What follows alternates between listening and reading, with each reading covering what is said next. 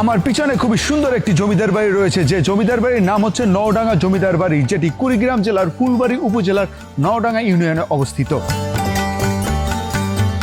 প্রমোদ রঞ্জন বক্সী নামে একজন ব্যক্তি এই জমিদার বাড়ি এবং এই জমিদার বংশের প্রতিষ্ঠাতা। তিনি জমিদারি খুব সুন্দর করে পরিচালনা করার জন্য ব্রিটিশদের কাছ থেকে তিনি বাহাদুর খেতাব লাভ করেছিলেন।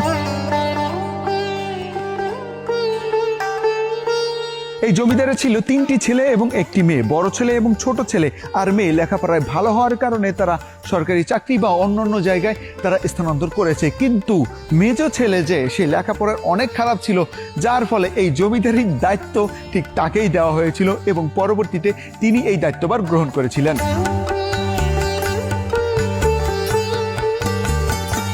জমিদারি প্রথা বিলুপ্ত হওয়ার আগ পর্যন্ত কিন্তু তাদের বংশধররা এখানে ছিল এবং জমিদারি প্রথা যখন বিলুপ্ত হয়ে যায় তখন তারা ভারতে পাড়ি জমায় এবং সেখানেই বসবাস শুরু করে।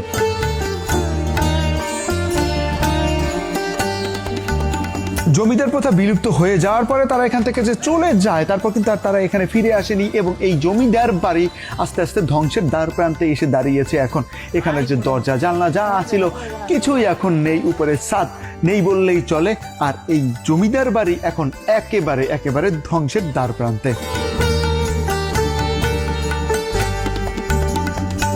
আপনি যদি কুড়িগ্রাম জেলা ঘুরতে আসেন এবং আপনার হাতে যদি সময় থাকে তাহলে অবশ্যই ঘুরে যাবেন এই দৃষ্টিনন্দন সুন্দর জমিদার বাড়ি থেকে।